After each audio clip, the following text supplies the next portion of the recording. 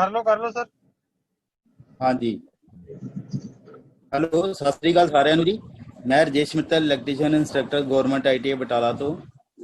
Sir अज मेरा topic है transformer के उत्ते रिलेटेड पूरी प्रिंसीपल वर्किंग कंटेंट्स ट्रांसफार्मर की है और प्रिंसीपल की है, कंस्ट्रक्शन की है, लॉसिस की है ट्रांसफार्मर के, और प्रैक्टिकल ट्रांसफार्मर की इशू की हो सकती है, एप्लीकेशन यूसिस की हो सकते हैं।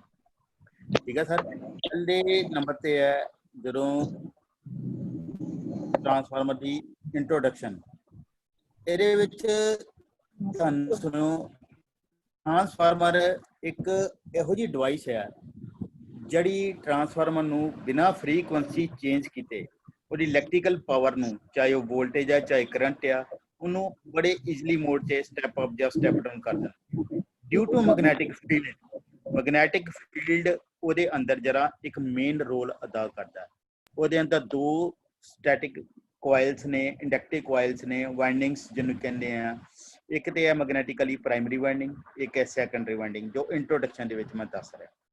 ठीक है, इंटरचेंज करती है इलैक्ट्रिकल एनर्जी नूं दो कोयलों के विच ईजली मोड दे विच।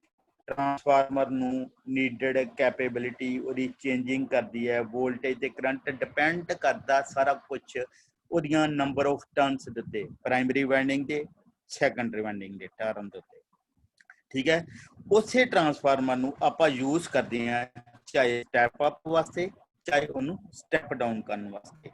जे उन्होंने स्टैप डाउन करते हैं तो फिर असीं उन्होंने कहते हैं डिस्ट्रीब्यूशन ट्रांसफार्मर या डिस्ट्रीब्यूशन सप्लाई कर रहा है। जे असीं उहदी वोल्टेज नूं स्टैप अप करते हैं तो फिर असीं उन्होंने कहते हैं पावर ट्रांसफार्मर। ठीक है जी। फिर उस तो बाद आ जाता है कि ट्रांसफार्मर है कि ट्रांसफार्मर एक स्टैटिक डिवाइस है। स्टैटिक डिवाइस का मतलब यह है कि वो एक स्थिर यंत्र है, ਉਹਦੇ ਵਿੱਚ कोई भी रोटेशन वाली चीज़ नहीं है, घूमन वाली कोई चीज़ नहीं है। जिदा आपां मोटर दे विच वेखदे हां, मोटर दे विच एक रोटर लगा है, रोटर घूम रहा है। ठीक है, मिक्सर है या छोटी मोटर ਉਹਦੇ ਵਿੱਚ आर्मेचर घूम रहा है तो फिर वो फ्लक्स नूं कटदा है, फ्लक्स नूं कटदा ते EMF इंड्यूस्ड हुंदी है। सेम ਇਹਦੇ ਵਿੱਚ ਇਸੇ ਤਰ੍ਹਾਂ ਹੀ ला तकरीबन उस तरह ये काम करता है जिदा मोटरां दे विच फैराडे लॉ ऑफ इलैक्ट्रोमैगनैटिक इंडक्शन काम करता है। इसे तरह ही ये म्यूचुअल इंडक्शन का सिद्धांत काम करता, लेकिन ये अंतर यह है कि ये रोटेशन पार्ट कोई नहीं है। सिंपल जी चीज़। उस तो बाद की है आल्टरनेटिंग क्वांटिटियां जड़ियां साडियां दो आल्टरनेटिंग क्वांटिटियां ने, एक वोल्टेज ते एक करंट। बड़े आराम नाल उन्होंने स्टैप अप या स्टैप डाउन करता है। ये डिपेंड करता साडी प्राइमरी वाइंडिंग ते सैकेंडरी वाइंडिंग दी टर्नां दे उत्ते। ठीक है, कि ट्रांसफार्मर स्टैप अप है कि स्टैप डाउन है। ठीक है। नंबर दो मेन गल ये सब तो बेस्ट वा जी कि ट्रांसफार्मर दे विच इलैक्ट्रिकली कनैक्शन कोई नहीं है, सिर्फ तो सिर्फ एक प्राइमरी वाइंडिंग नूं असीं सप्लाई दिंदे आ, जिहड़ी कि सैकेंडरी वाइंडिंग जिहड़ी है वो मैगनैटिकली उहदे नाल जुड़दी है। ठीक है, अगों मैं एक्सप्लेन करदा। फिर ਉਹਦੇ ਵਿੱਚ ਕੀ ਹੈ वोल्टेज ਤੇ करंट ਨੂੰ चेंज करता है विदाउट एनी फ्रीकुएंसी चेंज कीतिया, क्योंकि साडी जे फ्रीकुएंसी चेंज होगी तो फिर साडी वोल्टेज ते स्टैप अप चाहे स्टैप डाउन आप जो मर्जी करिए वो सारा सिस्टम खराब हो जाएगा। इस करके ये फ्रीकुएंसी चेंज नहीं होती। फ्रीकुएंसी साडी इंडिया की जिन्नी 50 साइकिल पर सैकेंड +-3% एरर जिन्नी भी हैगी है वो आराम नाल उन्नी की रहिंदी है। फ्रीकुएंसी चेंज किए बगैर ही वोल्टेज नूं स्टैप अप या स्टैप डाउन करता है। ठीक है, फिर उस तो बाद आ जाता है इसदा वर्किंग प्रिंसीपल। देखो मैं ये तुहानूं एक फोटो शो करने की कोशिश कर रहा। ये वो ट्रांसफार्मर है जिहदा पहला ट्रांसफार्मर बनिया सी 1885 सन दे विच। ठीक है, वो ट्रांसफार्मर की एक फोटो है। देखो ये ट्रांसफार्मर एक डिस्क टाइप ट्रांसफार्मर बनया होया, जिदा एक अजकल के वाल हैंगिंग ट्रांसफार्मर आ रहे हैं एसिया वास्ते, उन्हां विच भी देखो तुसी सारे डिस्क टाइप गोल ट्रांसफार्मर है। ये 1885 च पहला ट्रांसफार्मर है जिहड़ा जर्मन दे विच बनिया सी। ओहदी भी जिहड़ी इहदी कंस्ट्रक्शन है, इंफ्रास्ट्रक्चर है, जो भी हैगी इहदी बनावट है, देखो वो भी एक डिस्क टाइप है। ਉਹਦੇ अंदर ही कोर है, कोर ਨੂੰ दोनों पासों देखो बनिया होया है तो ਉਹਦੇ टर्मिनल बाहर कड्ढे होए आ। ਇਹਦੇ तो पता लग जाता है कि ये की चीज़ है, स्ट्रक्चर की है। स्ट्रक्चर ਇਹਦਾ ट्रांसफार्मर का ये है बनावट, जिन्होंने बनावट कह देंगे। ये सैपरेटली लिंकड है, मैगनैटिकली लिंकड है प्राइमरी वाइंडिंग के नाल सैकेंडरी वाइंडिंग।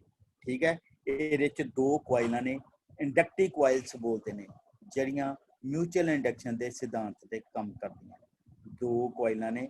वन ਜਿਹੜੀ ਇੱਕ ਕੋਇਲ ਹੈਗੀ ਹੈ ਕਨੈਕਟਡ ਕਰਦੇ ਆ ਆਲਟਰਨੇਟਿੰਗ ਵੋਲਟੇਜ ਜਿਹੜੀ ਕੁਆਂਟੀਟੀ ਸਾਡੀ ਜਾਂ ਇਲੈਕਟ੍ਰੀਕਲ એનર્ਜੀ ਹੈ ਜਿਹੜੀ ਉਹ ਹੈਲਪ ਕਰਦੀ ਆ ਜਿਹਨੂੰ ਅਸੀਂ ਪ੍ਰਾਇਮਰੀ ਵਾਈਂਡਿੰਗ ਕਹਿੰਦੇ ਆ, ਜਿਹਨੂੰ ਅਸੀਂ ਸਪਲਾਈ ਦੇ ਨਾਲ ਜੋੜਦੇ ਹਾਂ। ਜਦੋਂ ਅਸੀਂ ਉਹਨੂੰ ਸਪਲਾਈ ਨਾਲ ਜੋੜਦੇ ਹਾਂ ਤੇ secondary winding automatically magnetically second winding ਜਿਹੜੀ ਸੈਕੰਡਰੀ ਵਾਈਂਡਿੰਗ ਉਹ ਕਨੈਕਟਡ ਆ ਜਾਂਦੀ ਹੈ ਡਿਊ ਟੂ ਮਿਊਚੁਅਲ ਇੰਡਕਸ਼ਨ। ਅੱਗੋਂ ਮੈਂ ਐਕਸਪਲੇਨ ਕਰਦਾ। ਅਦਰ ਵਾਈਂਡਿੰਗ ਜਿਹੜੀ ਆਪਾਂ ਇਲੈਕਟ੍ਰੀਕਲ એનર્ਜੀ ਚਾਹੇ ਉਹ ਸਟੈਪ ਅਪ ਹੁੰਦੀ ਹੈ ਚਾਹੇ ਸਟੈਪ ਡਾਊਨ ਹੁੰਦੀ ਹੈ ਜਿਹੜੀ ਲੋਡ ਨਾਲ ਕਨੈਕਟਡ ਹੁੰਦੀ ਹੈ। ਪ੍ਰਾਇਮਰੀ ਵਾਈਂਡਿੰਗ ਸਪਲਾਈ ਨਾਲ, ਸੈਕੰਡਰੀ ਵਾਈਂਡਿੰਗ ਲੋਡ ਨਾਲ ਕਨੈਕਟਡ ਹੁੰਦੀ ਹੈ। ਉਹਨੂੰ ਅਸੀਂ ਸ਼ੋ ਕਰਦੇ ਹਾਂ ਜਿਹਨੂੰ ਅਸੀਂ ਕਹਿ ਦਿੰਦੇ ਹਾਂ ਕਿ ਹਾਂ ਬਈ ਇਹ ਵਾਈਂਡਿੰਗ ਮੇਨ ਇਹ ਵਿੱਚ ਇੱਕ ਚੀਜ਼ ਆ ਜਾਂਦੀ ਹੈ ਕਿ ਟਰਾਂਸਫਾਰਮਰ ਦੇ ਵਿੱਚ ਇਹ ਜਿਹੜੀਆਂ ਕੋਰਾਂ ਨੇ ਸਟਰਕਚਰ ਦਾ ਇਹ ਆ ਜਾਂਦਾ। ਉਸ ਤੋਂ ਬਾਅਦ ਅਗਰ ਵੇਖੋ ਇਹਦੇ ਵਿੱਚ ਦੋ ਚੀਜ਼ਾਂ ਨੇ। ਇਹ ਪਿਕਚਰ ਇੱਕ ਤੁਹਾਡੇ ਸਾਹਮਣੇ ਆ ਰਹੀ ਹੈ ਬਰਾਊਨ ਲਾਈਨਾਂ ਦੀ। ਦੇਖੋ ਇਹਦੇ ਵਿੱਚ ਇੱਕ ਲੈਮੀਨੇਸ਼ਨ ਕੋਰ ਬਣੀ ਹੋਈ ਹੈ। ਕੋਰਾਂ ਦੇ ਉੱਤੇ ਇੱਕ ਪ੍ਰਾਇਮਰੀ ਵਾਈਂਡਿੰਗ ਕੀਤੀ ਹੋਈ ਹੈ, ਇੱਕ ਸੈਕੰਡਰੀ ਵਾਈਂਡਿੰਗ ਕੀਤੀ ਹੈ। ਉੱਪਰਲੇ ਪਾਸੇ ਲਿਖਿਆ ਹੋਇਆ ਸੈਂਟਰ 'ਚ ਲਿਖਿਆ ਹੋਇਆ ਕੋਰ।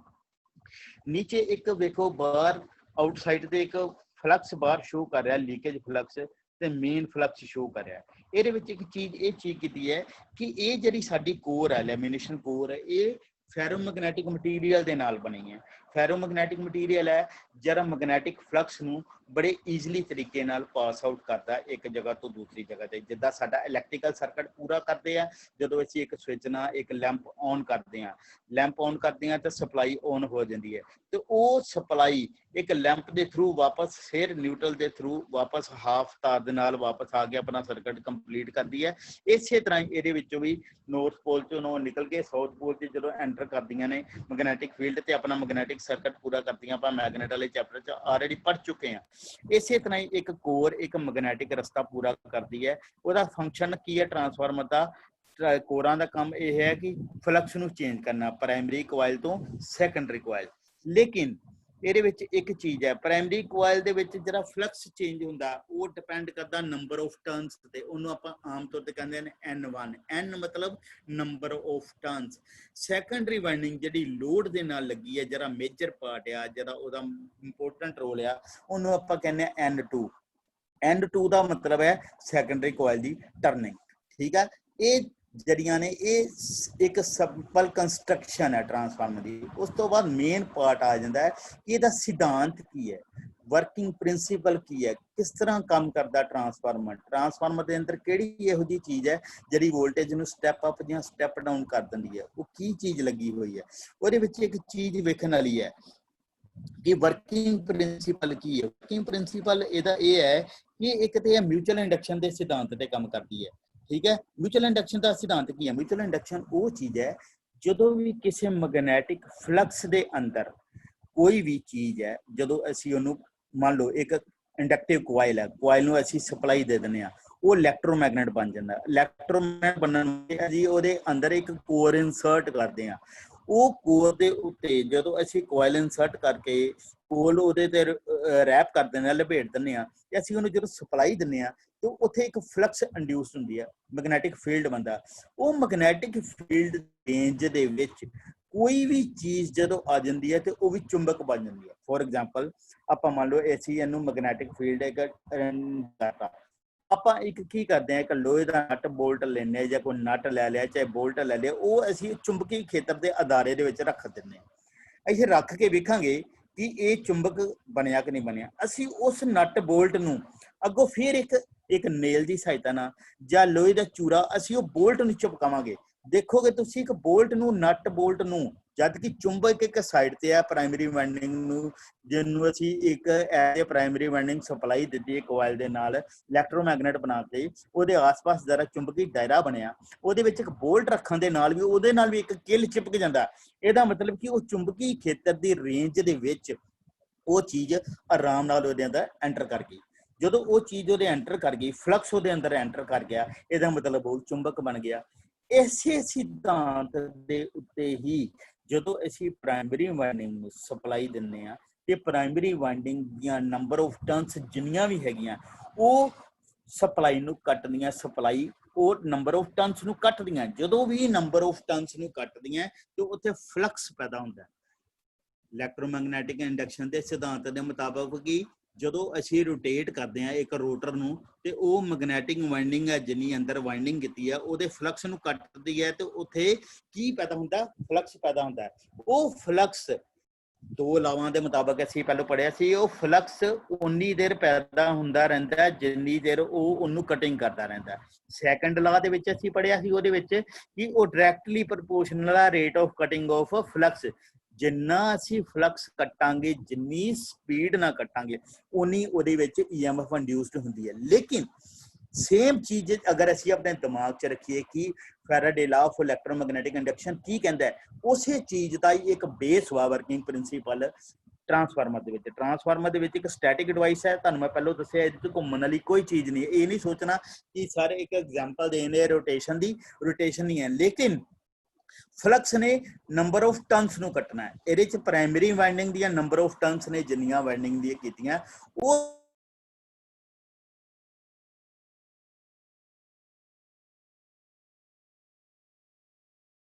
ਫਲਕਸ ਇੰਡਿਊਸਡ ਕਰਦੀ ਹੈ EMF ਨੂੰ।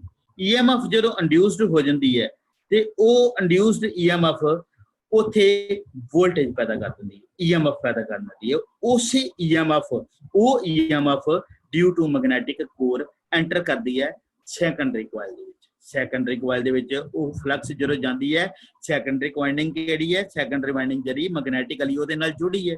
ਉਹ ਮੈਗਨੈਟਿਕਲੀ ਜਦੋਂ ਉਸੇ ਨਾਲ ਜੁੜੀ ਹੈ, ਉਹ ਲੋਡ ਦੇ ਨਾਲ ਜੁੜੀ ਹੈ। ਜਦੋਂ ਉਹ ਲੋਡ ਦੇ ਨਾਲ ਨੰਬਰ ਆਫ ਟਰਨਸ ਜਾ ਕੇ ਸੈਕੰਡਰੀ ਕੋਇਲਾਂ ਦੀ ਕੱਟਦੀ ਹੈ ਤੇ ਉੱਥੇ ਵੀ ਫਲਕਸ ਕੱਟ ਕੇ ਜਦੋਂ EMF ਇੰਡਿਊਸਡ ਹੁੰਦੀ ਹੈ ਤੇ ਉੱਥੇ ਵੀ EMF ਜਿਹੜੀ ਇੰਡਿਊਸਡ ਹੁੰਦੀ ਹੈ। ਜਦੋਂ ਅਸੀਂ ਉਹਨੂੰ ਲੋਡ ਦੇ ਨਾਲ ਲਾ ਦਿੰਦੇ ਹਾਂ ਉੱਥੇ ਕੀ ਪੈਦਾ ਨਾ ਹੁੰਦਾ, ਕਰੰਟ।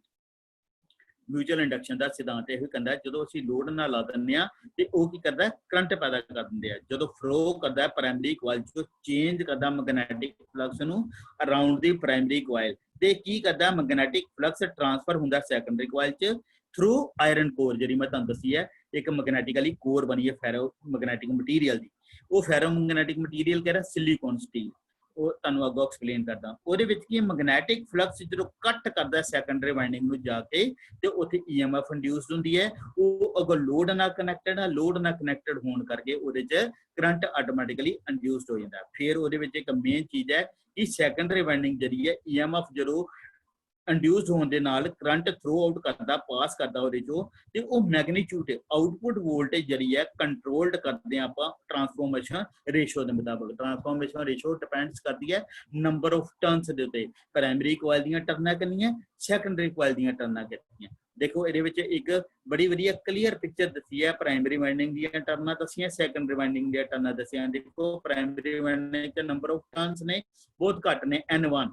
N2 ਚ ਟਰਨ ਜ਼ਿਆਦਾ ਨੇ। ਉੱਪਰਲੇ ਵਾਲੇ ਦੇਖਿਆ ਕੋਇਲ A, ਇੱਧਰ ਲਿਖਿਆ ਕੋਇਲ B ਔਰ ਇੱਧਰਲੇ ਪਾਸੇ ਲਿਖਿਆ V1, ਯਾਨੀ ਕਿ ਪ੍ਰਾਇਮਰੀ ਵਾਈਂਡਿੰਗ ਦੀ ਵੋਲਟੇਜ ਕਿੰਨੀ ਹੈ ਔਰ ਸੈਕੰਡਰੀ ਵਾਈਂਡਿੰਗ ਦੀ ਵੋਲਟੇਜ ਲਿਖਿਆ V2।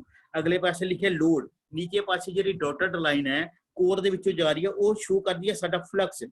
ਇਹਦੇ ਵਿੱਚ ਇੱਕ ਚੀਜ਼ ਹੈ, ਇਹਦੀ ਪਿਕਚਰ ਦੇਖ ਕੇ ਕਲੀਅਰ ਹੋ ਜਾਂਦਾ ਹੈ ਕਿ ਪ੍ਰਾਇਮਰੀ ਵਾਈਂਡਿੰਗ ਦੇ ਉੱਤੇ ਨੰਬਰ ਆਫ ਟਰਨਸ ਘੱਟ ਨੇ, ਸੈਕੰਡਰੀ ਵਾਈਂਡਿੰਗ ਦੇ ਨੰਬਰ ਆਫ ਟਰਨਸ ਜ਼ਿਆਦਾ ਨੇ। ਇਟ ਮੀਨਸ ਕਿ ਪ੍ਰਾਇਮਰੀ ਵਾਈਂਡਿੰਗ ਦੇ ਵਿੱਚ ਫਲਕਸ ਘੱਟ ਕੱਟੇਗਾ ਤੇ ਵੋਲਟੇਜ EMF ਇੰਡਿਊਸਡ ਘੱਟ ਹੋਏਗੀ। ਉਹ ਫਲਕਸ ਜਦੋਂ ਐਂਟਰ ਕਰ ਰਹੀ ਹੈ ਸੈਕੰਡਰੀ ਵਾਈਂਡਿੰਗ ਦੇ ਵਿੱਚ, ਨੰਬਰ ਆਫ ਟਰਨਸ ਉੱਤੇ ਜ਼ਿਆਦਾ ਹੋਣ ਕਰਕੇ ਉੱਥੇ ਫਲਕਸ ਜ਼ਿਆਦਾ ਕੱਟੇਗਾ ਤੇ ਜ਼ਿਆਦਾ EMF ਇੰਡਿਊਸਡ ਹੋਊਗੀ। ਇਟ ਮੀਨਸ ਕਿ ਇਹ ਜਿਹੜਾ ਟਰਾਂਸਫਾਰਮਰ ਆ ਇਹ ਸਟੈਪ ਅਪ ਟਰਾਂਸਫਾਰਮਰ ਹੈ। ਇਹਦੇ ਤੋਂ ਪਤਾ ਲੱਗ ਜਾਂਦਾ ਕਿ ਇਹ ਵੋਲਟੇਜ ਵਧਾ ਕੇ ਸ਼ੋ ਕਰ ਰਿਹਾ।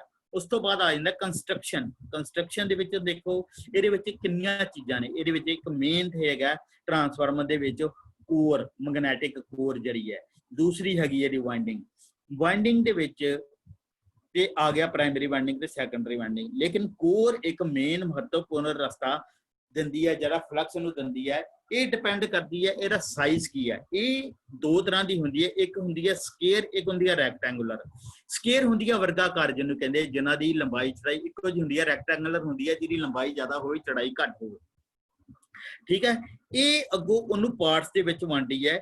ਇਹ ਅਸੀਂ ਕੋਰ ਜਿਹੜੀ ਹੈ ਇਹ 2, 3, 4 ਸ਼ੇਪਾਂ ਦੀ ਹੁੰਦੀ ਹੈ। E ਸ਼ੇਪ ਚ ਹੁੰਦੀ ਹੈ, L ਸ਼ੇਪ ਚ ਹੁੰਦੀ ਆ, I ਸ਼ੇਪ ਚ ਹੁੰਦੀ ਹੈ, T ਸ਼ੇਪ ਚ ਹੁੰਦੀ ਹੈ। ਲੇਕਿਨ ਇਹਦੇ ਵਿੱਚ ਦੋ ਪੋਜੀਸ਼ਨਾਂ ਹੁੰਦੀਆਂ, ਇੱਕ ਹੁੰਦੀ ਹੈ ਵਰਟੀਕਲ ਪੋਜੀਸ਼ਨ, ਇੱਕ ਹੁੰਦੀ ਹੈ ਹੌਰੀਜ਼ੌਂਟਲ ਪੋਜੀਸ਼ਨ। वर्टिकल पोजीशन ते हॉरिजेंटल पोजीशन च फर्क की है? देखो जब कोर नूं असीं खड़े रुक रखते हैं ਉਹਨੂੰ ਅਸੀਂ ਕਹਿੰਦੇ वर्टिकल पोजीशन, ਉਹਦੇ ਵਿੱਚ ਕੀ ਹੁੰਦੀ ਹੈ, ਉਹਦੀਆਂ ਜਿਹੜੀਆਂ ਲੰਬੀਆਂ ਸਲਾਈਡਾਂ ਹੁੰਦੀਆਂ ਨੇ ਉਹਨੂੰ ਆਪਾਂ ਕਹਿੰਦੇ ਲਿੰਬ। ਲਿੰਬ ਦੇ ਉੱਤੇ ਅਸੀਂ ਵਾਈਂਡਿੰਗ ਕਰਦੇ ਹਾਂ। ਜੇ ਅਸੀਂ ਉਹਨੂੰ ਹੌਰੀਜੈਂਟਲ ਰੱਖ ਲਈਏ ਤੇ ਉਹਦੇ ਉੱਤੇ ਜਿਹੜੀ ਵਾਈਂਡਿੰਗ ਕਰਾਂਗੇ ਅਸੀਂ ਉਹਨੂੰ ਕਹਿੰਦੇ ਯੋਕ। ਉਸ ਕੋਇਲ ਨੂੰ ਆਪਾਂ ਕਹਾਂਗੇ ਯੋਕ। ਲਿੰਬ ਤੇ ਯੋਕ ਇੱਕ ਬਹੁਤ ਹੀ ਮੋਸਟ ਇੰਪੋਰਟੈਂਟ ਚੀਜ਼ ਹੈ ਸਾਡੇ ਟਰਾਂਸਫਾਰਮਰ ਦੇ ਵਿੱਚ ਕਿ ਅਸੀਂ ਵਾਈਂਡਿੰਗ ਜਿਹੜੀ ਲਿੰਬ ਤੇ ਕਰ ਰਹੇ ਹਾਂ ਤੇ ਯੋਕ ਤੇ ਕਰ ਰਹੇ ਹਾਂ। ਲੇਕਿਨ ਜਿਹੜੀ ਸਾਡੀ ਕੋਰ ਆ ਉਹ ਲੈਮੀਨੇਟਡ ਕੋਰ ਵਾ, ਸਿਲੀਕੋਨ ਸਟੀਲ ਦੀ। ਲੈਮੀਨੇਸ਼ਨ ਕੋਰ ਦਾ ਭਾਵ ਹੈ ਕਿ ਪਤਲੀਆਂ ਪਤਲੀਆਂ ਸਟ੍ਰਿਪਾਂ ਕੱਟੀਆਂ। ਇੱਕ ਸਟ੍ਰਿਪ ਦੀ ਜਿਹੜੀ ਥਿਕਨੈਸ ਆ, ਮੋਟਾਈ ਆ 0.3 mm ਤੋਂ ਲੈ ਕੇ 0.5 mm ਤੱਕ ਉਹਦੀ ਮੋਟਾਈ ਹੁੰਦੀ ਹੈ। ਮੋਟਾਈ ਮਤਲਬ ਕਿ ਅੱਧਾ mm ਮੈਕਸਿਮਮ ਜਿਹੜੀ ਆ ਅੱਧਾ mm ਮੋਟੀ ਹੁੰਦੀ ਹੈ ਤੇ 0.3 mm ਹੁੰਦੀ ਹੈ। ਇੱਕ ਕੋਰ ਨੂੰ ਦੂਸਰੀ ਕੋਰ ਦੇ ਨਾਲ ਅਸੀਂ ਲੈਮੀਨੇਸ਼ਨ ਕਰਦੇ ਹਾਂ। ਉਹ ਲੈਮੀਨੇਸ਼ਨ ਕਰਨ ਦਾ ਤਰੀਕਾ ਕੀ ਹੈ? ਜਾਂ ਤੇ ਉਹਨੂੰ ਵਾਰਨਿਸ਼ ਪੇਂਟ ਕਰਕੇ ਇੱਕ ਕੋਰ ਨੂੰ ਦੂਸਰੀ ਕੋਰ ਨਾਲ ਚਿਪਕਾਉਂਦੇ ਹਾਂ, ਜਾਂ ਫਿਰ ਸੈਕੰਡ ਤਰੀਕਾ ਹੈਗਾ ਅਸੀਂ ਉਹਨੂੰ ਬਟਰ ਪੇਪਰ ਦੇ ਨਾਲ ਵੀ ਲੈਮੀਨੇਟਡ ਕਰ ਦਿੰਦੇ ਹਾਂ। ਠੀਕ ਆ। ਉਸ ਤੋਂ ਬਾਅਦ ਸਟੈਪ ਆਉਂਦਾ ਵਾਈਂਡਿੰਗ। ਵਾਈਂਡਿੰਗ ਦੇ ਵਿੱਚ ਕੀ ਹੈ? ਇਹਦੇ ਵਿੱਚ ਦੋ ਕੋਇਲ ਹੈ ਕੰਡਕਟਿੰਗ ਜਿਹੜੀ ਅਸੀਂ ਯੂਜ਼ ਕਰਦੇ ਹਾਂ, ਜਿਹਨੂੰ ਆਪਾਂ ਇੰਡਕਟਿਵ ਕੋਇਲ ਕਹਿੰਦੇ ਹਾਂ। ਇਸ ਕੋਇਲ ਦੇ ਵਿੱਚ ਇੱਕ ਤੇ ਤੁਹਾਨੂੰ ਮੈਂ ਦੱਸਿਆ ਜਾਂ ਤੇ ਲਿੰਬ ਤੇ ਵਾਈਂਡਿੰਗ ਕਰਦੇ ਹਾਂ ਜਾਂ ਅਸੀਂ ਯੋਕ ਦੇ ਉੱਤੇ ਕਰਦੇ ਹਾਂ। ਲੇਕਿਨ ਜਦੋਂ ਵੀ ਅਸੀਂ ਚਾਹੇ ਲਿੰਬ ਤੇ ਵਾਈਂਡਿੰਗ ਕਰੀਏ ਚਾਹੇ ਯੋਕ ਤੇ ਵਾਈਂਡਿੰਗ ਕਰੀਏ, ਇਹ ਵਾਈਂਡਿੰਗ ਅਸੀਂ ਇੱਕ ਦੂਜੇ ਨਾਲ ਇਨਸੂਲੇਟ ਕਰਕੇ ਕਰਦੇ ਹਾਂ। ਕੋਸ਼ਿਸ਼ ਕਰਦੇ ਹਾਂ ਕਿ ਸਾਡੀ ਇਹ ਵਾਈਂਡਿੰਗ ਜਿਹੜੀ ਹੈ ਇੱਕ ਦੂਜੇ ਨਾਲ ਕਲੋਜ਼ ਹੋਵੇ। ਜਿੰਨਾ ਕਲੋਜ਼ ਹੋਊਗਾ ਉਹਨਾਂ ਫਲਕਸ ਜ਼ਿਆਦਾ ਪੈਦਾ ਹੋਊਗਾ, ਉਹਨਾਂ ਫਲਕਸ ਜ਼ਿਆਦਾ ਪੈਦਾ ਹੋਊਗਾ ਤੇ ਉਹਦੇ ਨਾਲ ਕੀ ਹੋਊਗਾ? ਲੀਕੇਜ ਫਲਕਸ ਦੇ ਜਿਹੜੇ ਚਾਂਸਸ ਆ ਸਾਡੇ ਬਹੁਤ ਜ਼ਿਆਦਾ ਘਟ ਜਾਣਗੇ। ਦੋ ਡਿਫਰੈਂਸ ਵਾਈਂਡਿੰਗਾਂ ਨੇ ਜਿਹਨੂੰ ਆਪਾਂ ਪਹਿਲਾਂ ਅਸੀਂ ਕਹੇ ਪ੍ਰਾਇਮਰੀ ਵਾਈਂਡਿੰਗ ਤੇ ਸੈਕੰਡਰੀ ਵਾਈਂਡਿੰਗ। ਲੇਕਿਨ ਲੀਕੇਜ ਫਲਕਸ ਡਿਪੈਂਡ ਕਰਦਾ ਹੈ ਕਿ ਅਸੀਂ ਸਿੰਗਲ ਲਿੰਬ ਤੇ ਵਾਈਂਡਿੰਗ ਕਰ ਰਹੇ ਹਾਂ ਕਿ ਦੋ ਲਿੰਬਸ ਤੇ ਵਾਈਂਡਿੰਗ ਕਰ ਰਹੇ ਹਾਂ। ਜੇ ਅਸੀਂ ਸਿੰਗਲ ਲਿੰਬ ਤੇ ਵਾਈਂਡਿੰਗ ਕਰਦੇ ਹਾਂ, ਜੇ ਈ ਟਾਈਪ ਕੋਰ ਹੈ ਸੈਂਟਰਲੀ ਲਿੰਬ ਤੇ ਅਸੀਂ ਵਾਈਂਡਿੰਗ ਕਰਦੇ ਹਾਂ ਤੇ ਫਿਰ ਪਹਿਲੋਂ ਅਸੀਂ ਇੱਕ ਪ੍ਰਾਇਮਰੀ ਵਾਈਂਡਿੰਗ ਕਰਦੇ ਹਾਂ, ਫਿਰ ਉਹਦੇ ਤੇ ਸੈਕੰਡਰੀ ਵਾਈਂਡਿੰਗ ਕਰ ਦਿੰਦੇ ਹਾਂ ਉਹਨੂੰ ਇਨਸੂਲੇਟ ਕਰਕੇ, ਫਿਰ ਅਸੀਂ ਉਹਨੂੰ ਦੁਬਾਰਾ ਇਨਸੂਲੇਟ ਕਰ ਦਿੰਦੇ ਹਾਂ। ਤੇ ਇਹ ਦੋਨੋਂ ਵਾਈਂਡਿੰਗਾਂ ਇੱਕ ਦੂਜੇ ਦੇ ਇੰਨੇ ਹੀ ਕਲੋਜ਼ ਹੋ ਜਾਂਦੀਆਂ ਕਿ ਉਹਦਾ ਫਲਕਸ ਇੱਕਦਮ ਪ੍ਰਾਇਮਰੀ ਵਾਈਂਡਿੰਗ ਦਾ ਫਲਕਸ ਸੈਕੰਡਰੀ ਵਾਈਂਡਿੰਗ ਨੂੰ ਇਫੈਕਟ ਕਰਦਾ ਬਹੁਤ ਵਧੀਆ, ਤੇ ਉਹ ਫਲਕਸ ਉਹਨੂੰ ਕੱਟਦਾ ਤੇ ਮੈਕਸਿਮਮ EMF ਇੰਡਿਊਸਡ ਹੁੰਦੀ ਹੈ। ਤੇ ਫਿਰ ਜਦੋਂ ਅਸੀਂ ਉਹਨੂੰ ਲੋਡ ਤੇ ਲਾਉਂਦੇ ਹਾਂ ਤਾਂ ਸਾਨੂੰ ਕਰੰਟ ਕਪੈਸਿਟੀ ਔਰ ਵਾਈਂਡਿੰਗ ਦੀ ਵੋਲਟੇਜ ਕਪੈਸਿਟੀ ਬਹੁਤ ਵਧੀਆ ਤਰੀਕੇ ਨਾਲ ਮਿਲਦੀ ਹੈ।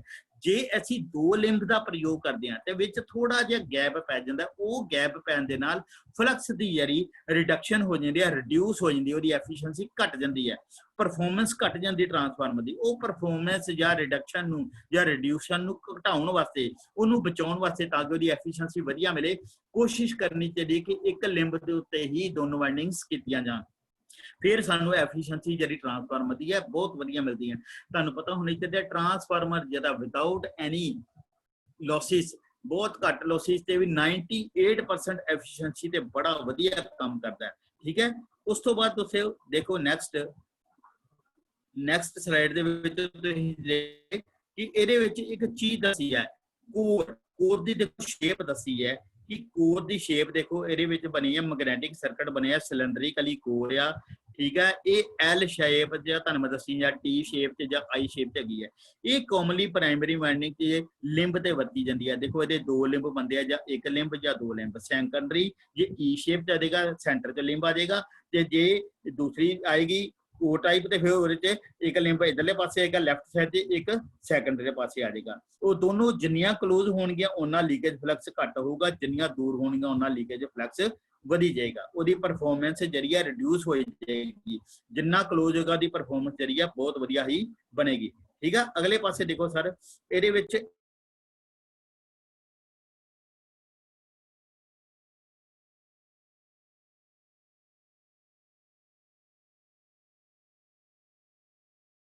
ਦੀ ਕੋਰ ਹੋਣਗੀਆਂ ਜਿਹੜੀਆਂ ਤੁਹਾਨੂੰ ਮੈਂ ਦੱਸਿਆ ਵਾਈਂਡਿੰਗ ਤੇ ਉਹ ਸੈਂਟਰਲੀ ਲਿੰਬ ਤੇ ਡਿਪੈਂਡ ਕਰਦੀਆਂ ਨੇ। ਸੈਂਟਰਲੀ ਲਿੰਬ ਜਿਹੜੀ ਹੈ ਤੁਹਾਨੂੰ ਅਗਲੇ ਪਾਸੇ ਪਿਕਚਰ ਦਿਖਾਣਾ ਵਾ, ਉਹਦੇ ਚ ਤੁਹਾਨੂੰ ਬਿਲਕੁਲ ਕਲੀਅਰ ਹੋ ਜਾਏਗਾ ਕਿ ਉਹਦੇ ਤੇ ਅਸੀਂ ਵਾਈਂਡਿੰਗ ਕਰਦੇ ਹਾਂ। ਜਦੋਂ ਵਾਈਂਡਿੰਗ ਕਰਦੇ ਹਾਂ ਪ੍ਰਾਇਮਰੀ ਵਾਈਂਡਿੰਗ ਨੂੰ ਇੱਕ ਲਿੰਬ ਦੇ ਉੱਤੇ, ਫਿਰ ਅਸੀਂ ਉਹਨੂੰ ਪ੍ਰੋਪਰ ਇਨਸੂਲੇਟ ਕਰਦੇ ਹਾਂ। ਫਿਰ ਸੈਕੰਡਰੀ ਵਾਈਂਡਿੰਗ ਉਹਦੇ ਤੇ ਕਰਦੇ ਹਾਂ, ਸੈਕੰਡਰੀ ਵਾਈਂਡਿੰਗ ਕਰਕੇ ਫਿਰ ਉਹਨੂੰ ਇਨਸੂਲੇਟ ਕਰਦੇ ਹਾਂ। ਦੋਨੋਂ ਵਾਈਂਡਿੰਗਾਂ ਇੱਕ ਦੂਜੇ ਦੇ ਬਹੁਤ ਜ਼ਿਆਦਾ ਕਲੋਜ਼ ਹੋਣ ਕਰਕੇ ਉਹਨਾਂ ਦਾ ਫਲਕਸ ਬਹੁਤ ਜ਼ਿਆਦਾ ਵਧੀਆ ਇੰਡਿਊਸਡ ਹੁੰਦਾ, ਉਹਦੇ ਨਾਲ ਵੋਲਟੇਜ ਬਹੁਤ ਵਧੀਆ ਸਟੈਪ ਅਪ ਜਾਂ ਸਟੈਪ ਡਾਊਨ ਹੁੰਦੀ ਹੈ। ਜਿਹੜਾ ਕਿ ਲੋਡ ਕਰੰਟ ਦੇ ਨਾਲ ਬਹੁਤ ਵਧੀਆ ਉਹਦਾ ਰਿਜ਼ਲਟ ਮਿਲਦਾ ਹੈ। ਲੇਕਿਨ ਜਦੋਂ ਅਸੀਂ ਉਹਨੂੰ ਸਬ ਡਿਵੀਜ਼ਨ ਕਰ ਦਿੰਦੇ ਹਾਂ, ਲੀਕੇਜ ਫਲਕਸ ਵੱਧ ਜਾਂਦਾ ਹੈ ਤੇ ਉਹ ਸਾਡੀ ਉਹਦੀ ਐਫੀਸ਼ੀਐਂਸੀ ਨੂੰ, ਉਹਦੀ ਰਿਐਕਟੈਂਸ ਨੂੰ ਘਟਾ ਦਿੰਦਾ ਹੈ, ਕਨੈਕਸ਼ਨ ਉਹਦੀ ਜਿਹੜੀ ਵੋਲਟੇਜ ਦੀ ਘਟ ਜਾਂਦੀ ਹੈ। ਉਸ ਤੋਂ ਬਾਅਦ ਦੇਖੋ ਅਗਲੇ ਪਾਸੇ ਕੀ ਹੈ, ਇਹਦੇ ਵਿੱਚ ਇੱਕ ਪਿਕਚਰ ਤੁਹਾਨੂੰ ਬੜੀ ਕਲੀਅਰ ਦੱਸੀ ਹੈ। ਉੱਪਰਲੇ ਪਾਸੇ ਦੇਖੋ ਇੱਕ ਸੈਂਟਰਲੀ ਲਿੰਬ ਹੈ, ਜਿਹਦੇ ਵਿੱਚ ਦੇਖੋ ਪ੍ਰਾਇਮਰੀ ਵਾਈਂਡਿੰਗ ਤੇ ਸੈਕੰਡਰੀ ਵਾਈਂਡਿੰਗ ਲਿਖਿਆ, ਉਹਦੇ ਤੇ ਲਿਖਿਆ P1 ਔਰ P2, ਥੱਲੇ ਲਿਖਿਆ S1 ਤੇ S2। P1 ਤੇ P2 ਦਾ ਮਤਲਬ ਹੈ ਪ੍ਰਾਇਮਰੀ ਵਾਈਂਡਿੰਗ ਦੇ 2 ਟਰਮੀਨਲ ਨੇ ਤੇ ਸੈਕੰਡਰੀ ਵਾਈਂਡਿੰਗ ਦੇ 2 ਟਰਮੀਨਲ ਨੇ। ਪਹਿਲਾਂ ਪ੍ਰਾਇਮਰੀ ਵਾਈਂਡਿੰਗ ਕੀਤੀ ਹੈ, ਫਿਰ ਉਹਨੂੰ ਇਨਸੂਲੇਟ ਕੀਤਾ ਗਿਆ, ਉਹਦੇ ਉੱਤੇ ਹੀ ਸੈਕੰਡਰੀ ਵਾਈਂਡਿੰਗ ਕੀਤੀ ਹੈ। ਇਹ ਹੈ ਇੱਕ ਲਿੰਬ ਦੇ ਉੱਤੇ ਦੋਨੋਂ ਵਾਈਂਡਿੰਗਾਂ ਕੀਤੀਆਂ। ਨੀਚੇ ਜਿਹੜੀ ਸਕਾਈ ਬਲੂ ਕਲਰ ਦੀ ਵਾਈਂਡਿੰਗ ਹੈ, ਉਹਦੇ ਵਿੱਚ ਦੇਖੋ 2 ਲਿੰਬ ਨੇ, ਇੱਕ ਲੈਫਟ ਸਾਈਡ ਤੇ ਇੱਕ ਦੂਸਰੀ ਸੈਕੰਡਰੀ ਵਾਈਂਡਿੰਗ ਹੈ। ਪਹਿਲੀ ਪ੍ਰਾਇਮਰੀ ਵਾਈਂਡਿੰਗ ਹੈ, ਦੂਸਰੀ ਸੈਕੰਡ ਵਾਈਂਡਿੰਗ ਹੈ। ਦੋਨੋਂ ਲਿੰਬਸ ਦੇ ਵਿੱਚ ਡਿਫਰੈਂਸ ਹੈ। ਇਹ ਜਿਹੜਾ ਵਾ ਇਹ ਕੋਰ ਟਾਈਪ ਟਰਾਂਸਫਾਰਮਰ ਹੈ। ਇਹਦੇ ਵਿੱਚ ਕੀ ਹੈ, ਇਹਦੇ ਵਿੱਚ ਇਹ ਹੈ ਕਿ ਫਲਕਸ ਜਰਾ ਥੋੜਾ ਜਿਹਾ ਘਟ ਜਾਂਦਾ ਹੈ, ਰਿਡਿਊਸ ਹੋ ਜਾਂਦੀ ਉਹਦੀ ਐਫੀਸ਼ੀਐਂਸੀ। ਅਗਲੇ ਪਾਸੇ ਦੇਖੋ ਇੱਕ ਬੜੀ ਵਧੀਆ ਫੋਟੋ ਬਣੀ ਹੈ ਜਿਹਦੇ ਚ ਈ ਟਾਈਪ ਕੋਰ ਦਾ ਸੀ। ਈ ਟਾਈਪ ਕੋਰ ਉੱਪਰਲੇ ਪਾਸੇ ਦੇਖੋ, ਆ ਜਿਹੜੀ ਈ ਟਾਈਪ ਕੋਰ ਹੈ ਜਿਹਦੇ ਚ ਸੈਂਟਰਲੀ ਲਿੰਬ ਦੇ ਉੱਤੇ ਵਾਈਂਡਿੰਗ ਕੀਤੀ ਹੈ ਤੇ ਥੱਲੋਂ ਉਹਨੂੰ ਆਈ ਟਾਈਪ ਦੀ ਕੋਰ ਦੇ ਨਾਲ ਜੋੜ ਕੇ ਉਹਨੂੰ ਪੂਰਾ ਫਿਕਸ ਕਰ ਦਿੱਤਾ ਗਿਆ। ਇਹ ਉਹਦੀ ਕੋਰ ਟਾਈਪ ਟਰਾਂਸਫਾਰਮਰ ਦੀ ਜਾਂ ਸ਼ੈਲ ਟਾਈਪ ਟਰਾਂਸਫਾਰਮਰ ਦੀ ਪੂਰੀ ਪਿਕਚਰ ਹੈ। ਉਸ ਤੋਂ ਬਾਅਦ ਆ ਜਾਂਦਾ ਟਰਾਂਸਫਾਰਮਰ ਦੇ ਵਿੱਚ ਸਾਡੇ ਮੇਨ ਲੋਸਿਸ ਕੀ ਹੈ। ਟਰਾਂਸਫਾਰਮਰ ਦੇ ਵਿੱਚ ਲੋਸਿਸ ਬੜੀ ਤਰ੍ਹਾਂ ਦੇ, ਮੇਨ ਲੋਸਿਸ ਆ ਜਾਂਦਾ ਹੈ ਇਹਦੇ ਵਿੱਚ ਆਇਰਨ ਲੋਸਿਸ ਤੇ ਕਾਪਰ ਲੋਸਿਸ। ਲੇਕਿਨ ਇਹ ਲੋਸਿਸ ਜਿਹੜੇ ਨੇ ਕਿਸ ਤਰ੍ਹਾਂ ਡਿਪੈਂਡ ਕਰਦੇ ਨੇ, ਕੀ ਚੀਜ਼ਾਂ ਨੇ। ਲੋਸਿਸ ਜਿਹੜੇ ਨੇ ਇਲੈਕਟ੍ਰੀਕਲੀ ਇਹਦੇ ਵਿੱਚ ਤੁਹਾਨੂੰ ਮੈਂ ਦੱਸਿਆ 2 ਤਰ੍ਹਾਂ ਦੇ, ਇੱਕ ਆਇਰਨ ਲੋਸਿਸ ਜਿਹਨੂੰ ਅਸੀਂ ਕੋਰ ਲੋਸਿਸ ਵੀ ਕਹਿੰਦੇ ਆ, ਜਾਂ ਕਾਪਰ ਲੋਸਿਸ ਜਿਹਨੂੰ ਅਸੀਂ ਵਾਈਂਡਿੰਗ ਲੋਸਿਸ ਵੀ ਕਹਿੰਦੇ ਆ। ਇਹ ਲੋਸਿਸ ਜਿਹੜੇ ਇਨਪੁੱਟ ਤੇ ਆਊਟਪੁੱਟ ਪਾਵਰ ਦੇ ਉੱਤੇ ਡਿਪੈਂਡ ਕਰਦਾ ਹੈ। ਜਦੋਂ ਟਰਾਂਸਫਾਰਮਰ ਬਿਨਾਂ ਲੋਡ ਦੇ ਤੇ ਲੱਗਾ ਰਹਿੰਦਾ ਹੈ, ਉਹਦੇ ਤੇ ਕੋਈ ਵੀ ਵਾਈਂਡਿੰਗ ਦਾ ਲੋਡ ਨਹੀਂ ਹੈ ਤੇ ਉਹ ਲੋਡ ਤੇ ਆਈਡਲ ਟਰਾਂਸਫਾਰਮਰ ਦੀ ਤਰ੍ਹਾਂ ਇੱਕ ਕੰਮ ਕਰਦਾ ਹੈ। ਤੇ ਉਹ ਜਦੋਂ ਕੰਮ ਕਰਦਾ ਹੈ ਤੇ ਉਹਦੇ ਵਿੱਚ ਇੱਕ ਚੀਜ਼ ਬੜੀ ਕਲੀਅਰ ਹੋ ਜਾਂਦੀ ਹੈ ਕਿ ਉਹਦੇ ਵਿੱਚ ਇਕੱਲੇ ਆਇਰਨ ਲੋਸਿਸ ਹੁੰਦੇ। ਜਦੋਂ ਅਸੀਂ ਉਹਨੂੰ ਟਰਾਂਸਫਾਰਮਰ ਨੂੰ ਲੋਡ ਦੇ ਉੱਤੇ ਲਾ ਦਿੰਦੇ ਆ ਤੇ ਜਦੋਂ ਲੋਡ ਦੇ ਉੱਤੇ ਲਾ ਦਿੰਦੇ ਆ ਤੇ ਫਿਰ ਉਹਦੇ ਤੇ ਕੀ ਹੁੰਦਾ ਵਾ, ਉਹ ਕਾਪਰ ਲੋਸਿਸ ਚ ਕਨਵਰਟ ਹੋ ਜਾਂਦੇ ਕਿਉਂਕਿ ਉਹਦੇ ਤੇ ਲੋਡ ਪੈ ਜਾਂਦਾ। ਜਦੋਂ ਆਇਰਨ ਲੋਸਿਸ ਹੈ, ਮੈਗਨੈਟਿਕ ਕੋਰ ਜਦੋਂ ਫਲਕਸ ਨੂੰ ਟ੍ਰਾਂਸਫਰ ਕਰਦੀ ਹੈ ਇੱਕ ਜਗ੍ਹਾ ਤੋਂ ਦੂਸਰੀ ਜਗ੍ਹਾ ਤੇ ਉਹ ਜਿਹੜੇ ਲੋਸਿਸ ਹੁੰਦੇ ਆ ਆਇਰਨ ਲੋਸਿਸ ਜਾਂ ਕੋਰ ਲੋਸਿਸ ਕਹਿੰਦੇ ਆ। ਇਹ ਲੋਸਿਸ ਕੰਟੀਨਿਊ ਹੁੰਦੇ ਰਹਿੰਦੇ ਆ ਵਿਦਆਊਟ ਲੋਡ। ਜਦੋਂ ਅਸੀਂ ਟਰਾਂਸਫਾਰਮਰ ਦੇ ਉੱਤੇ ਲੋਡ ਪਾ ਦਿੰਦੇ ਆ ਤੇ ਉਹ ਲੋਡ ਪੈਨ ਨਾਲ ਉਹ ਜਿਹੜੇ ਸ਼ੋ ਹੁੰਦੇ ਆ ਕਾਪਰ ਲੋਸਿਸ ਹੁੰਦੇ ਆ। ਦੇਖੋ ਇਹਦੇ ਵਿੱਚ ਆ ਜਾਂਦਾ ਟਾਈਪਸ ਆਫ ਟਰਾਂਸਫਾਰਮਰ ਦੇ ਲੋਸਿਸ ਕਿੰਨੇ ਨੇ। ਇਹਦੇ ਵਿੱਚ ਸਭ ਤੋਂ ਪਹਿਲੋਂ ਆ ਜਾਂਦਾ ਆਇਰਨ ਲੋਸਿਸ, ਸੈਕੰਡ ਨੰਬਰ ਤੇ ਆ ਜਾਂਦਾ ਕਾਪਰ ਲੋਸਿਸ, ਥਰਡ ਨੰਬਰ ਤੇ ਆ ਜਾਂਦਾ ਸਟਰੇ ਲੋਸਿਸ, ਫਿਰ ਆ ਜਾਂਦਾ ਡਾਇਲੈਕਟ੍ਰਿਕ ਲੋਸਿਸ, ਉਸ ਤੋਂ ਬਾਅਦ ਆ ਜਾਂਦਾ ਹਿਸਟਰੈਸਿਸ ਲੋਸਿਸ ਤੇ ਐਡੀ ਕਰੰਟ ਲੋਸਿਸ। ਮੈਂ ਕੋਸ਼ਿਸ਼ ਕਰਾਂਗਾ ਤੁਹਾਨੂੰ ਹਰ ਤਰ੍ਹਾਂ ਦਾ ਲੋਸਿਸ ਨੂੰ ਥੋੜਾ ਕਵਰ ਕਰਨ ਦੀ। ਆਇਰਨ ਲੋਸਿਸ ਤੁਹਾਨੂੰ ਮੈਂ ਅੱਗੇ ਦੱਸ ਚੁੱਕਾ ਕਿ ਜਿਹੜੀ ਕੋਰ ਆ ਸਾਡੀ, ਉਹ ਕੋਰ ਦੇ ਉੱਤੇ ਡਿਪੈਂਡ ਕਰਦਾ ਹੈ ਕੋਰ ਸਾਡੀ ਲੈਮੀਨੇਸ਼ਨ ਹੈ ਕਿ ਨਹੀਂ ਹੈ, ਕੋਰ ਸਾਡਾ ਮਟੀਰੀਅਲ ਕਿਸ ਤਰ੍ਹਾਂ ਦਾ ਹੈ। ਸਿਲੀਕੋਨ ਸਟੀਲ ਦਾ ਮਟੀਰੀਅਲ, ਸਿਲੀਕੋਨ ਸਟੀਲ ਇੱਕ ਬਹੁਤ ਵਧੀਆ ਜਰਮਨੀ ਦਾ ਮਟੀਰੀਅਲ ਹੈ, ਜਰਮਨ ਕੰਪਨੀ ਦਾ ਮਟੀਰੀਅਲ ਸਿਲੀਕੋਨ ਸਟੀਲ। ਉਹਦੀ ਕੋਰ ਅੱਜ ਕੱਲ੍ਹ ਆ ਰਹੀ ਹੈ ਜਿਹੜੀ ਬੈਸਟ ਆ ਰਹੀ ਹੈ, ਜਿਹੜੀ ਕਿ ਲੀਕੇਜ ਫਲਕਸ ਨੂੰ ਬਹੁਤ ਘੱਟ ਕਰਦੀ ਹੈ, ਮੈਗਨੈਟਿਕਲੀ ਸਰਕਟ ਕੋਸ਼ਿਸ਼ ਕਰਦੀ ਹੈ 100% ਕੰਪਲੀਟ ਕਰਨ ਦੀ। ਉਹਦੀ ਥਿਕਨੈਸ ਤੁਹਾਨੂੰ ਮੈਂ ਦੱਸਿਆ 0.3 ਤੋਂ ਲੈ ਕੇ 0.5 ਡਿਪੈਂਡ ਕਰਦਾ ਉਹਦੀ ਮੋਟਾਈ ਦੇ ਉੱਤੇ। ਫਿਰ ਉਹਨੂੰ ਲੈਮੀਨੇਸ਼ਨ ਕਰਦੇ ਆ। ਇਹ ਸਾਰੀਆਂ ਚੀਜ਼ਾਂ ਆਇਰਨ ਲੋਸਿਸ ਦੇ ਉੱਤੇ ਡਿਪੈਂਡ ਕਰਦੀਆਂ ਨੇ ਕਿਸ ਤਰ੍ਹਾਂ ਅਸੀਂ ਉਹਨੂੰ ਅੱਗੋਂ ਕਰਦੇ ਹਾਂ। ਲੈਮੀਨੇਸ਼ਨ ਕਿਸ ਤਰ੍ਹਾਂ ਕਰਦੇ ਆ, ਉਹ ਕੋਰ ਦੀ ਮੋਟਾਈ ਕਿਸ ਤਰ੍ਹਾਂ, ਉਹਦੀ ਕਟਿੰਗ ਕਿੰਨਾ, ਉਹ ਆਪਸ 'ਚ ਸਹੀ ਤਰੀਕੇ ਨਾਲ ਜੁੜ ਗਈਆਂ ਕਿ ਨਹੀਂ ਜੁੜ ਗਈਆਂ, ਉਹਦੇ ਵਿੱਚ 에ਅਰ ਗੈਪ ਤੇ ਨਹੀਂ ਰਹਿ ਗਿਆ, ਵਾਰਨਿਸ਼ ਦਾ ਪੇਂਟ ਇੱਕ ਦੂਸਰੇ ਦੀ ਪੂਰੀਆਂ ਸਟਿੱਪਾਂ ਨੂੰ ਆਪਸ 'ਚ ਜੋੜਤਾ ਪੂਰੀ ਚੰਗੀ ਤਰ੍ਹਾਂ, ਪੂਰੀ ਤਰ੍ਹਾਂ ਕ੍ਰਿੰਪਿੰਗ ਕਰਕੇ ਬੈਠ ਗਈ ਆਪਣੀ ਸੀਟ ਦੇ ਉੱਤੇ। ਉਹ ਜਦੋਂ ਲਿੰਬ ਤੇ ਵਾਈਂਡਿੰਗ ਕਰਨੀ ਹੈ ਕਿ ਉਹਨੂੰ ਨਟ ਬੋਲਟ ਨਾਲ ਕੱਸ ਦਿੱਤਾ ਗਿਆ, ਉਹਦੇ ਵਿੱਚ ਕਿਸੇ ਕਿਸਮ ਦੀ ਲੀਕੇਜ ਤੇ ਨਹੀਂ ਰਹਿ ਗਈ, ਉਹ ਚੀਜ਼ਾਂ ਡਿਪੈਂਡ ਕਰਦੀਆਂ। ਸੈਕੰਡ ਲਾਈਨ ਕਾਪਰ ਲੋਸਿਸ, ਕਾਪਰ ਲੋਸਿਸ ਤੁਹਾਨੂੰ ਮੈਂ ਦੱਸਿਆ ਇਹ ਡਿਪੈਂਡ ਕਰਦਾ ਵਾਈਂਡਿੰਗ ਤੇ। ਕਾਪਰ ਵਾਈਂਡਿੰਗ ਲੋਸਿਸ ਵੀ ਕਹਿੰਦੇ ਆ ਜਾਂ ਕਾਪਰ ਲੋਸਿਸ ਵੀ ਕਹਿੰਦੇ। ਇਹ ਆਮ ਤੌਰ ਤੇ ਹੁੰਦਾ, ਇਹਦਾ ਇੱਕ ਫਾਰਮੂਲਾ ਬੜਾ ਵਧੀਆ I²R। I²R ਦਾ ਮਤਲਬ ਹੈ ਕਿ ਜਦੋਂ ਵਾਈਂਡਿੰਗ ਤੇ ਕਾਪਰ ਲੋਸਿਸ ਕਰਦੇ ਆ ਜਾਂ ਅਸੀਂ ਚੈੱਕ ਕਰਦੇ ਆ ਤੇ ਇਹ current the square into internal resistance of winding, ਜਿਹੜੀਆਂ ਸਾਡੀਆਂ ਨੰਬਰ ਆਫ ਟਰਨਸ ਨੇ ਵਾਈਂਡਿੰਗ ਦੀਆਂ, ਪ੍ਰਾਇਮਰੀ ਵਾਈਂਡਿੰਗ ਹੋਏ ਚਾਹੇ ਸੈਕੰਡਰੀ ਵਾਈਂਡਿੰਗ ਹੋਏ, ਉਹਦੀਆਂ ਟਰਨਸ ਤੇ ਡਿਪੈਂਡ ਕਰਦੀ, ਉਹਦੀਆਂ ਟਰਨਸ ਕਿੰਨੀਆਂ ਨੇ, ਉਹਦੇ ਚ ਲੀਕੇਜ ਕਿੰਨੀ ਹੈ, ਉਹ ਕਰੰਟ ਦੀ ਰੇਟਿੰਗ ਕੀ ਆ, I ਸਕੁਅਰ R ਤੇ ਡਿਪੈਂਡ ਕਰਦਾ ਹੈ। ਜਿੰਨੇ ਕਾਪਰ ਲੋਸਿਸ ਨੇ ਉਹ ਡਾਇਰੈਕਟਲੀ ਪ੍ਰੋਪੋਰਸ਼ਨਲ ਹੈ square of current plus internal resistance. ਤੁਹਾਨੂੰ ਮੈਂ ਦੱਸਿਆ ਲੋਡ ਤੇ ਡਿਪੈਂਡ ਕਰਦਾ ਹੈ।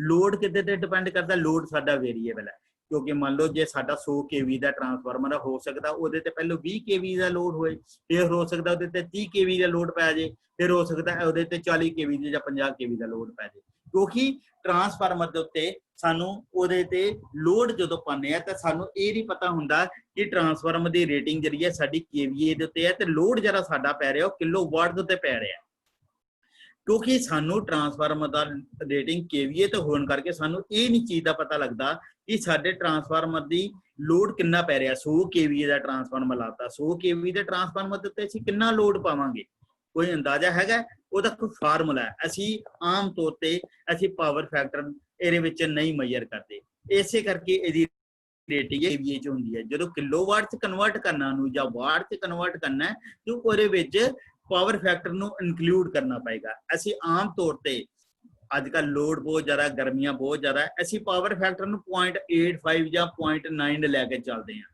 ਮੰਨ ਲਓ 0.9 ਹੈ, ਇਟ ਮੀਨਸ ਕਿ ਜੇ 0.9 ਵੀ ਪਾਵਰ ਫੈਕਟਰ ਲੈ ਕੇ ਚੱਲੀਏ ਤਾਂ ਅਸੀਂ 100 kV ਦੇ ਟਰਾਂਸਫਾਰਮਰ ਤੇ 90 ਕਿਲੋਵਾਟ ਦਾ ਲੋਡ ਪਾ ਸਕਦੇ। 90 ਕਿਲੋਵਾਟ ਦਾ ਜਦੋਂ ਲੋਡ ਪਾਇਆ ਤੇ ਉਹ ਡਿਪੈਂਡ ਕਰਦਾ ਹੈ, ਉਹ ਲੋਡ ਵੇਰੀਏਬਲ ਹੈ ਕਿ ਇੱਕ ਵਾਰੀ ਲੋਡ ਪੈ ਰਿਹਾ, ਲੋਡ ਕਦੀ 30 ਕਿਲੋਵਾਟ ਦਾ ਪੈ ਰਿਹਾ, ਕਦੀ 40 ਦਾ ਪੈ ਰਿਹਾ, ਕਦੀ 60 ਦਾ ਪੈ ਰਿਹਾ, ਇਹ ਵੇਰੀਏਬਲ ਲੋਡ ਹੈ। ਤੇ ਜਿਹੜਾ ਸਾਡਾ ਲੋਡ ਕਰੰਟ ਹੈ ਉਹ ਵੀ ਵੇਰੀਏਬਲ ਹੈ, ਉਹ depends upon load. Variable current ਹੈ ਜਿਹੜਾ ਉਹ ਵੀ ਡਿਪੈਂਡਸ ਅਪੋਨ ਲੋਡ। ਇਸੇ ਕਰਕੇ ਕਿਹਾ ਗਿਆ ਕਿ ਜਿਹੜਾ ਕਾਪਰ ਲੋਸਿਸ ਹੈ directly proportional square of current, ਤੇ ਕਰੰਟ ਡਿਪੈਂਡ ਕਰਦਾ ਲੋਡ ਦੇ ਉੱਤੇ, ਤੇ ਇਸੇ ਕਰਕੇ ਕਾਪਰ ਲੋਸਿਸ ਜਿਹੜੇ ਆ ਵੇਰੀਏਬਲ ਨੇ, ਲੋਡ ਜਿਹੜਾ ਵੇਰੀਏਬਲ ਹੈ। ਇਸੇ ਕਰਕੇ I square R primary winding ਦਾ, I square R secondary winding ਦਾ। ਇਹਦੇ ਤੇ ਦੇਖੋ ਨੀਚੇ ਲਿਖਿਆ ਕਾਪਰ ਲੋਸਿਸ ਲਿਖੇ ਨੇ I ਸਕੁਅਰ R, ਨੀਚੇ ਲਿਖਿਆ ਪੈਰਾਂ ਚ P plus I square R, ਪੈਰਾਂ ਚ ਲਿਖਿਆ S। ਇਟ ਮੀਨਸ ਕਿ ਪਹਿਲੇ ਕਾਪਰ ਲੋਸਿਸ ਨੇ ਪ੍ਰਾਇਮਰੀ ਵਾਈਂਡਿੰਗ ਦੇ, ਸੈਕੰਡਰੀ ਦੇ ਨਾਲ ਪਲੱਸ ਕੀਤੇ ਗਏ। ਸੈਕੰਡਰੀ ਦੇ ਕਾਪਰ ਲੋਸਿਸ ਹੋਣਗੇ ਜਦੋਂ ਅਸੀਂ ਲੋਡ ਪਾ ਦਾਂਗੇ, ਪ੍ਰਾਇਮਰੀ ਦੇ ਜਦੋਂ ਉਹਦੇ ਚ ਸਪਲਾਈ ਚੱਲਦੀ ਰਹੇਗੀ। ਠੀਕ ਹੈ, ਇਹ ਹੈ ਕਾਪਰ ਲੋਸਿਸ। ਨੈਕਸਟ ਆ ਜਾਂਦਾ ਵਾ ਸਾਡੇ ਆਇਰਨ ਲੋਸਿਸ ਤੇ ਕੋਰ ਲੋਸਿਸ, ਜਿਹੜਾ ਮੈਂ ਤੁਹਾਨੂੰ ਪਹਿਲਾਂ ਵੀ ਦੱਸ ਚੁੱਕਾ। ਇਹ ਡਿਪੈਂਡ ਕਰਦਾ ਹੈ ਉਹਦੇ ਫਲਕਸ ਦੇ ਉੱਤੇ, ਉਹਦੀ ਮੈਗਨੈਟਿਕ ਕੋਰ ਦੇ ਉੱਤੇ, ਉਹਦੀ ਪ੍ਰੋਪਰਟੀ ਦੇ ਉੱਤੇ, ਉਹਦੀ ਪ੍ਰੋਪਰਟੀ ਕਿਸ ਤਰ੍ਹਾਂ ਦੀ ਹੈ, ਮੈਗਨੈਟਿਕ ਮਟੀਰੀਅਲ ਕਿਸ ਤਰ੍ਹਾਂ ਦਾ, ਫੈਰਸ ਮਟੀਰੀਅਲ ਹੈ ਕਿ ਨॉन ਫੈਰਸ ਮਟੀਰੀਅਲ ਹੈ। ਜੇ ਤਾਂ ਨॉन ਫੈਰਸ ਮਟੀਰੀਅਲ ਹੈ ਫਿਰ ਤਾਂ ਫਲਕਸ ਪਾਸ ਹੀ ਨਹੀਂ ਹੋਏਗਾ। ਇਟ ਮੀਨਸ ਜੇ ਫੈਰਸ ਮਟੀਰੀਅਲ ਹੈ, ਫੈਰਸ ਮਟੀਰੀਅਲ ਦੀ ਕੋਈ ਕੁਆਲਿਟੀ ਕੀ ਹੈ? ਸਭ ਤੋਂ ਬੈਸਟ ਕੁਆਲਿਟੀ ਤੁਹਾਨੂੰ ਮੈਂ ਦੱਸਿਆ ਸਿਲੀਕੋਨ ਸਟੀਲ ਹੈ, ਜਿਹੜਾ ਫਲਕਸ ਨੂੰ ਈਜ਼ੀਲੀ ਮੋਡ ਤੇ ਇੱਕ ਜਗ੍ਹਾ ਤੋਂ ਦੂਸਰੀ ਜਗ੍ਹਾ ਤੇ ਟ੍ਰਾਂਸਫਰ ਕਰਦਾ ਹੈ। ਉਸ ਲੋਸਿਸ ਨੂੰ ਜਿਹੜੀਆਂ ਆਪਾਂ ਕੀ ਕਹਿੰਦੇ ਆ, ਆਇਰਨ ਲੋਸਿਸ ਕਹਿ ਦਿੰਦੇ ਆ। ਠੀਕ ਹੈ, ਨੈਕਸਟ ਆ ਜਾਂਦਾ ਹੈ ਸਾਡਾ ਹਿਸਟੈਸਿਸ ਲੋਸਿਸ। ਹਿਸਟੈਸਿਸ ਲੋਸਿਸ ਵੀ ਇਹਦੇ ਚ ਇੱਕ ਬਹੁਤ ਮਹੱਤਵਪੂਰਨ ਨੇ। ਜਦੋਂ ਇਹ ਸਾਡੀ ਕੋਰ ਹੈ, ਮੈਗਨੈਟਿਕ ਕੋਰ ਹੈ, ਉਹ ਬਾਰ-ਬਾਰ ਮੈਗਨੇਟਾਈਜ਼ ਜਾਂ ਡੀਮੈਗਨੇਟਾਈਜ਼ ਹੁੰਦੀ ਹੈ, ਯਾਨੀ ਕਿ ਇੱਕ ਵਾਰੀ ਚੁੰਬਕ ਬਣ ਗਈ, ਇੱਕ ਵਾਰੀ ਫਿਰ ਅਚੁੰਬਕ ਬਣ ਗਈ। ਯਾਨੀ ਕਿ ਟਰਾਂਸਫਾਰਮਰ ਨੂੰ ਸਪਲਾਈ ਬਣੀ, ਸਪਲਾਈ ਦਿੱਤੀ ਤੇ ਚੁੰਬਕ ਬਣ ਗਈ, ਜਦੋਂ ਸਪਲਾਈ ਕੱਟਦੀ ਤੇ ਫਿਰ ਅਚੁੰਬਕ ਬਣ ਗਈ। ਇਹਦਾ ਮਤਲਬ ਕਿ ਬਾਰ-ਬਾਰ ਉਹ ਡਿਸਟਰਬ ਹੋ ਰਹੀ ਹੈ ਉਹਦੀ ਮੈਗਨੈਟਿਕ ਕੋਰ। ਉਹ ਜਦੋਂ ਡਿਸਟਰਬ ਹੁੰਦੀ ਆ ਉਹਦੇ ਤੇ ਕੁਛ ਨਾ ਕੁਛ ਇਫੈਕਟਸ ਪੈਂਦੇ ਨੇ। ਉਹ ਇਫੈਕਟਸ ਪੈਣ ਦੇ ਨਾਲ ਕੀ ਹੈ, ਸਾਡੀ એનર્ਜੀ ਜਿਹੜੀ ਲਾਸ ਹੁੰਦੀ ਹੈ, એનર્ਜੀ ਲਾਸ ਹੁੰਦੀ ਹੈ, ਟਰਾਂਸਫਾਰਮਰ ਦੀ ਐਫੀਸ਼ੀਐਂਸੀ ਡਾਊਨ ਹੋਊਗੀ, ਕੁਛ ਨਾ ਕੁਛ ਫਲਕਸ ਰਿਡਿਊਸ ਹੋਊਗੀ, ਲੀਕੇਜ ਫਲਕਸ ਵਧੇਗੀ। ਇਹ ਸਾਰੀਆਂ ਚੀਜ਼ਾਂ ਡਿਪੈਂਡ ਕਰਦੀਆਂ ਨੇ ਕੋਰ ਦਾ ਬਾਰ-ਬਾਰ ਮੈਗਨੇਟ ਜਾਂ ਡੀਮੈਗਨੇਟਾਈਜ਼ ਕਰਨ ਦੇ ਨਾਲ।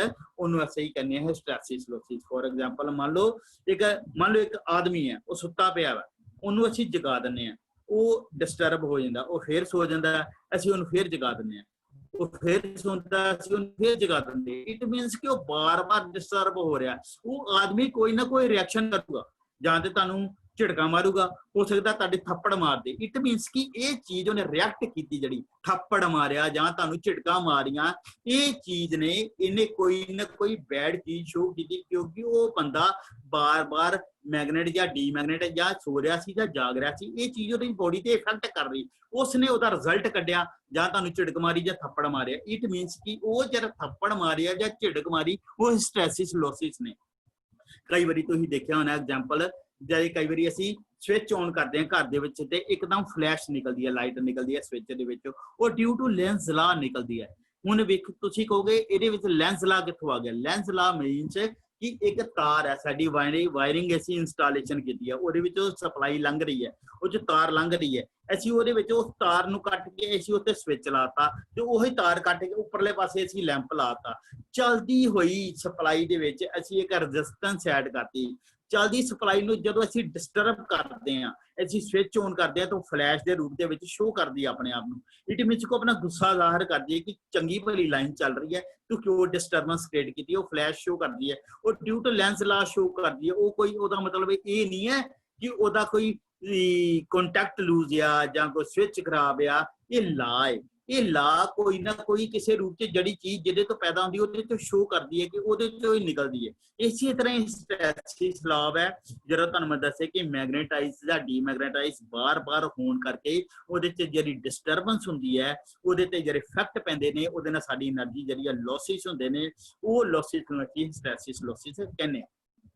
ਉਸ ਤੋਂ ਬਾਅਦ ਆ ਜਾਂਦਾ ਐਡੀ ਕਰੰਟ ਲਾਸ। ਐਡੀ ਕਰੰਟ ਲਾਸ ਇੱਕ ਮੋਸਟ ਇੰਪੋਰਟੈਂਟ ਟੌਪਿਕ ਹੈ। ਇਹਦੇ ਤੇ ਜਿੰਨਾ ਮਰਜ਼ੀ ਲੰਬਾ ਲੈਕਚਰ ਕਰ ਲਓ, ਲੇਕਿਨ ਫਿਰ ਵੀ ਮੈਂ ਕੋਸ਼ਿਸ਼ ਕਰਾਂਗਾ ਕਿ ਸ਼ਾਰਟ ਟਰਮ 'ਚ ਤੁਹਾਨੂੰ ਵਧੀਆ ਤਰੀਕੇ ਨਾਲ ਸਮਝਾਇਆ ਜਾਏ।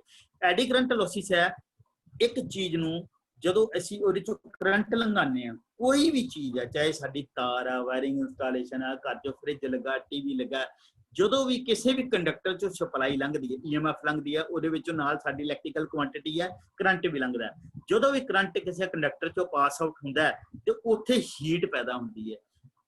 ਹੀਟ ਪੈਦਾ ਹੋਣ ਦੇ ਨਾਲ ਉੱਥੇ ਫਲਕਸ ਵੀਕ ਹੋ ਜਾਂਦਾ ਹੈ ਤੇ ਫਲਕਸ ਵੀਕ ਹੋਣ ਦੇ ਨਾਲ ਕੀ ਕਹਿੰਦੇ ਉਹਦੀ ਜਿਹੜੀ ਪਾਵਰ ਹੈ, ਸਟਰੈਂਥ ਘਟ ਜਾਂਦੀ ਹੈ। ਇਸੇ ਤਰ੍ਹਾਂ ਹੀ ਸਾਡੀ ਮੈਗਨੈਟਿਕ ਕੋਰ ਦੇ ਵਿੱਚੋਂ ਜਦੋਂ ਫਲਕਸ ਪੈਦਾ ਹੁੰਦਾ, ਜਦੋਂ ਫਲਕਸ ਲੰਘਦਾ, ਆਪਣਾ ਮੈਗਨੈਟਿਕ ਸਰਕਟ ਪੂਰਾ ਕਰਦਾ ਹੈ ਤੇ ਉਹ ਕੋਰ ਥੋੜੀ ਗਰਮ ਹੋਣੀ ਸ਼ੁਰੂ ਹੋ ਜਾਂਦੀ ਹੈ।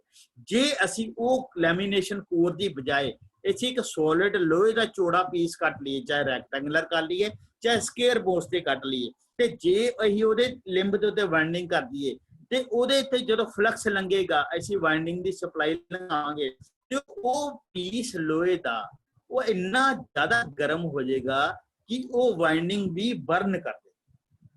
ਉਸ ਹੀਟ ਨੂੰ ਰਿਡਿਊਸ ਕਰਨ ਵਾਸਤੇ, ਤਾਂ ਕਿ ਹੀਟ ਘਟ ਜੇ, ਉਹ ਘਟਣ ਵਾਸਤੇ ਅਸੀਂ ਪਤਲੀਆਂ ਸਟੈਂਪਿੰਗਸ ਨੂੰ ਇੱਕ ਦੂਸਰੇ ਦੇ ਨਾਲ ਲੈਮੀਨੇਸ਼ਨ ਕਰਦੇ ਹਾਂ।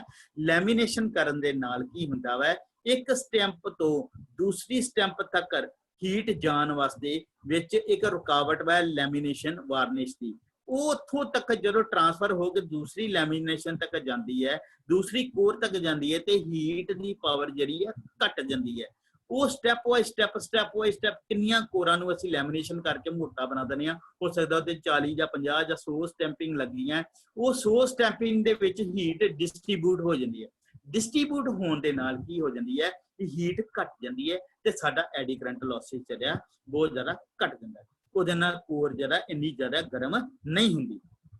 ਠੀਕ ਹੈ, ਇਹ ਚੀਜ਼ਾਂ ਨੇ ਐਡੀ ਕਰੰਟ ਲਾਸਿਸ। ਇਸੇ ਕਰਕੇ ਸਾਡੀ ਜਿਹੜੀ ਕੋਰ ਹੈ ਲੈਮੀਨੇਸ਼ਨ ਵਰਤਦੇ ਹਾਂ, ਸਟੈਂਪਿੰਗ ਦੇ ਰੂਪ 'ਚ ਵਰਤਦੇ ਹਾਂ, 0.3 ਤੋਂ 0.5 mm ਮੋਟੀ ਵਰਤਦੇ ਹਾਂ ਤਾਂ ਕਿ ਜਿਹੜੀ ਹੀਟ ਹੈ ਘਟੀ ਜਾਏ। ਉਸ ਤੋਂ ਬਾਅਦ ਆ ਜਾਂਦਾ ਸਟ੍ਰੇ ਲਾਸਿਸ। ਸਟ੍ਰੇ ਲਾਸਿਸ 'ਚ ਬੜੀਆਂ ਚੀਜ਼ਾਂ ਇਨਕਲੂਡ ਨੇ। ਸਟ੍ਰੇ ਲਾਸਿਸ ਦੇ ਵਿੱਚ ਆ ਜਾਂਦਾ ਸਾਡਾ ਮੇਨ ਲੀਕੇਜ ਫਲਕਸ।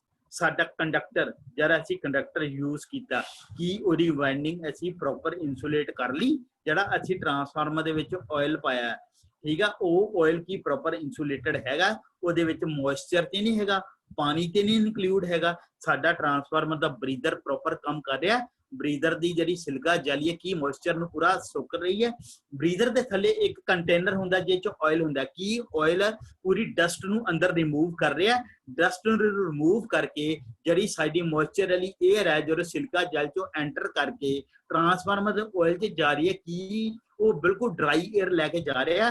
ਤੇਲ ਦੇ ਵਿੱਚ ਕਿਸੇ ਕਿਸਮ ਦੀ ਕੋਈ ਨਮੀ ਤੇ ਨਹੀਂ ਆ ਗਈ, ਇਨਸੂਲੇਸ਼ਨ ਉਹਦਾ ਖਰਾਬ ਤੇ ਨਹੀਂ ਹੋ ਗਿਆ, ਵਾਈਂਡਿੰਗ ਦਾ ਪੇਪਰ ਤੇ ਨਹੀਂ ਫਟ ਗਿਆ ਜਿਹਦੇ 'ਚ ਅਸੀਂ ਵਾਈਂਡਿੰਗ ਕੀਤੀ ਹੈ। ਕੀ ਟਰਾਂਸਫਾਰਮਰ ਪ੍ਰੋਪਰ ਤਰੀਕੇ ਨਾਲ ਇੰਸਟਾਲ ਕੀਤਾ, ਉਹਦੇ ਵਿੱਚ ਕਿਸੇ ਕਿਸਮ ਦੀ ਕੋਈ ਵਾਈਬ੍ਰੇਸ਼ਨ ਤੇ ਨਹੀਂ ਹੈਗੀ।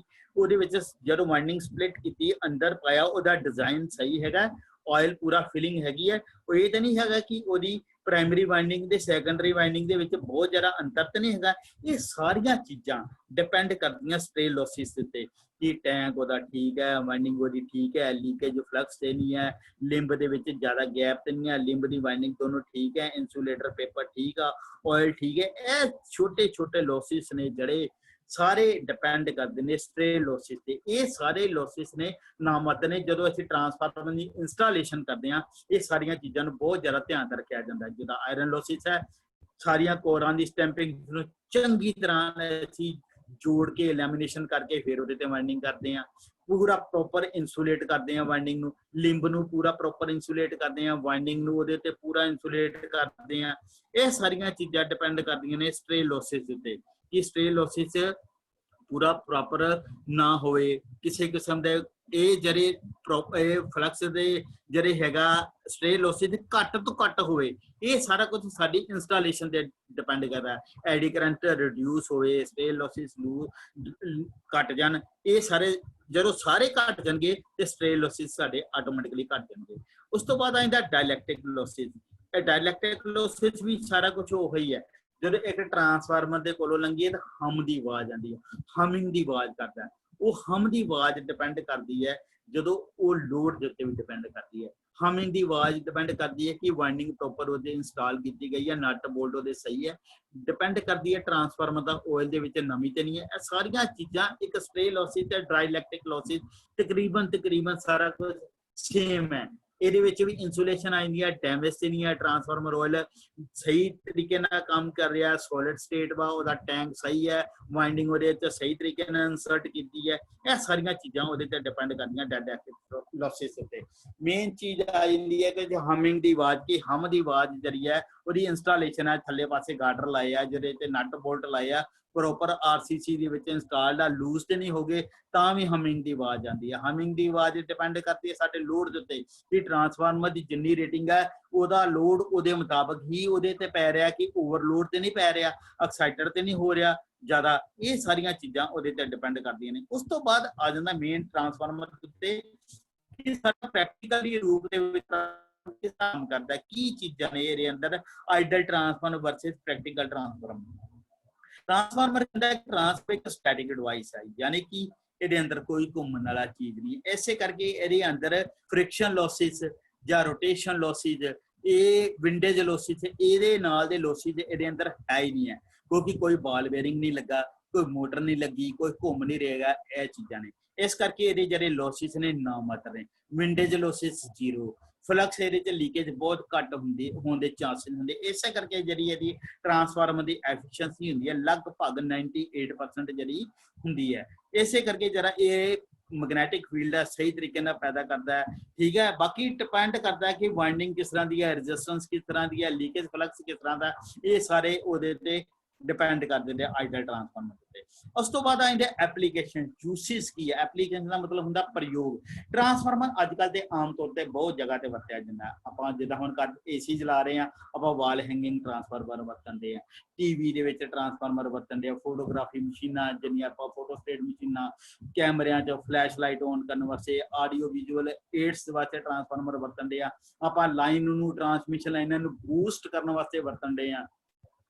ਠੀਕ ਹੈ, ਇਹਦੀ ਮੈਗਨੈਟਿਕਲੀ ਸਿਗਨਲ ਨੂੰ ਬੂਸਟ ਕਰਦੇ ਆ, ਕਪਲ ਐਂਪਲੀਫਾਇਰ ਕਰਦੇ ਆ ਕਿਸੇ ਚੀਜ਼ ਨੂੰ ਬੂਸਟ ਕਰਨ ਵਾਸਤੇ। ਇਹ ਸਾਰੀਆਂ ਚੀਜ਼ਾਂ ਦੇ ਵਿੱਚ ਟਰਾਂਸਫਾਰਮਰ ਜਿਹੜਾ ਇੱਕ ਇੰਜੀਨੀਅਰਿੰਗ ਦੇ ਰੂਪ ਬਹੁਤ ਵਧੀਆ ਕਰ ਰਿਹਾ। ਇਹ ਸਾਰੀਆਂ ਚੀਜ਼ਾਂ ਨੇ ਜਿਹੜੇ ਟਰਾਂਸਫਾਰਮਰ ਦੀ ਕੰਸਟਰਕਸ਼ਨ ਹੈ, ਇਨਫਰਾਸਟ੍ਰਕਚਰ ਹੈ, ਉਹਦਾ ਸਟਰਕਚਰ ਹੈ, ਉਹਦਾ ਪ੍ਰਿੰਸੀਪਲ ਲਾਭ ਹੈ, ਲੋਸਿਸ ਹੈ, ਟਾਈਪਸ ਨੇ, ਇਹ ਸਾਰੀਆਂ ਚੀਜ਼ਾਂ ਟਰਾਂਸਫਾਰਮਰ ਦੇ ਵਿੱਚ ਬੜੇ ਇੱਕ ਪ੍ਰੋਪਰ ਤਰੀਕੇ ਦੇ ਨਾਲ ਸਮਝਾਉਣ ਦੀ ਕੋਸ਼ਿਸ਼ ਕੀਤੀ ਹੈ ਮੈਂ। ਉਸ ਤੋਂ ਬਾਅਦ ਆ ਜਾਂਦਾ ਹੈ ਕਿ ਸਾਡੇ ਮਾਨਯੋਗ ਮੁੱਖ ਮੰਤਰੀ ਸਰਦਾਰ ਕੈਪਟਨ ਅਮਰਿੰਦਰ ਸਿੰਘ ਜੀ ਨੇ ਇੱਕ ਮਿਸ਼ਨ ਚਲਾਇਆ, ਮਿਸ਼ਨ ਫਤਿਹ।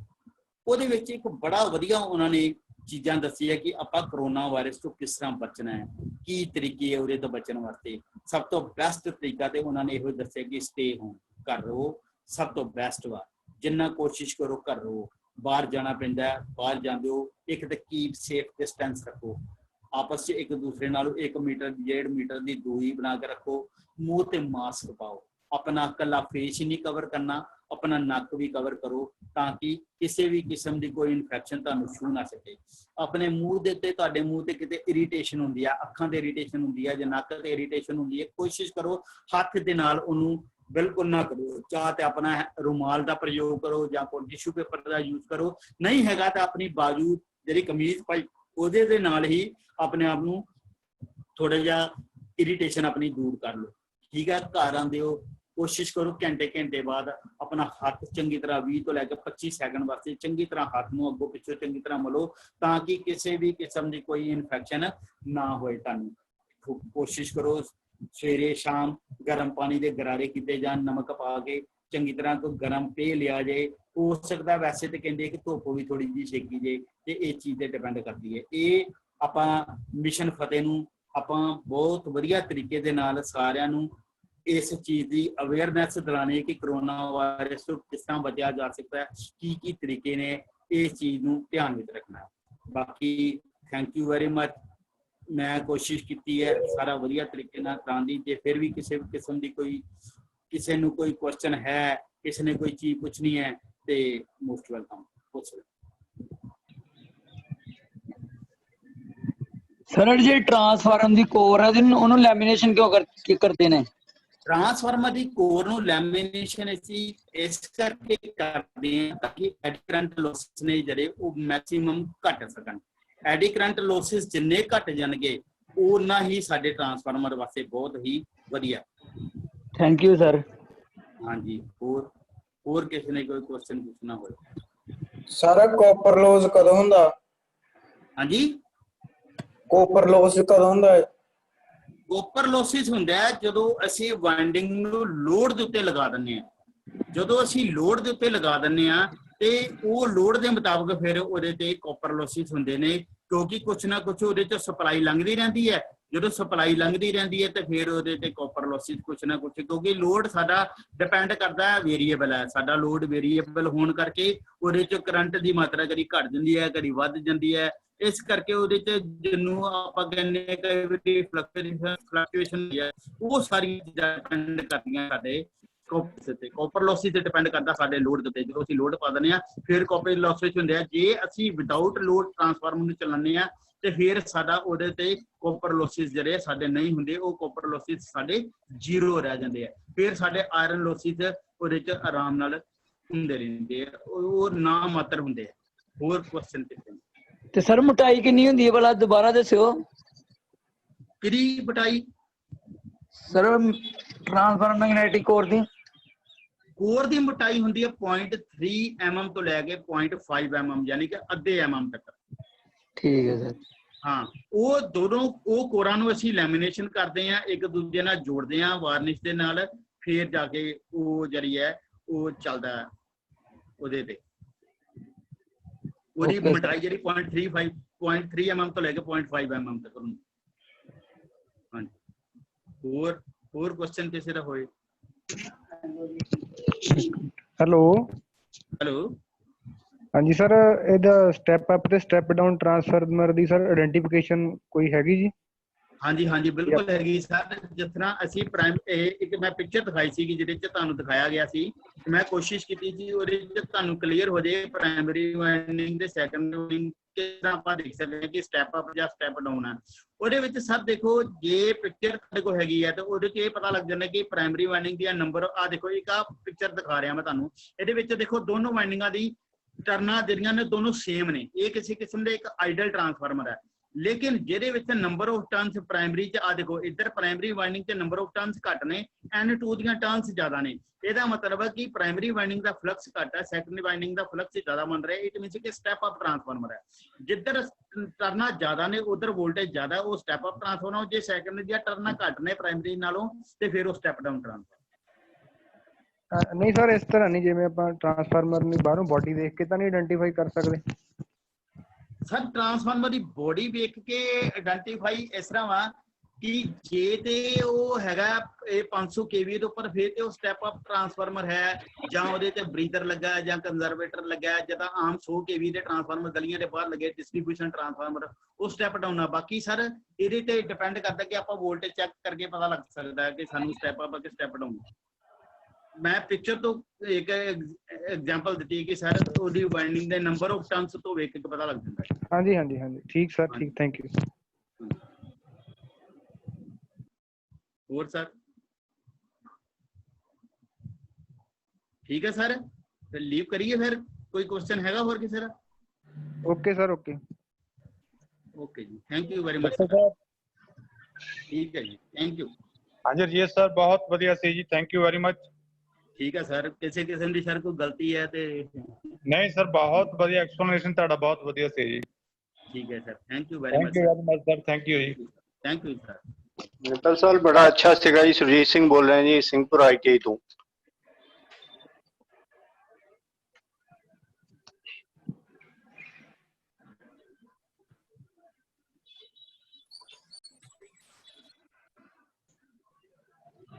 हाँ जी सरजीत सर बोलिए, माइक ऑन कर लो प्लीज। हेलो, हाँ जी सर, मित्तल सर सुरजीत सिंह बोल रहे हैं जी, ITI सिंहपुर तो जी। हेलो,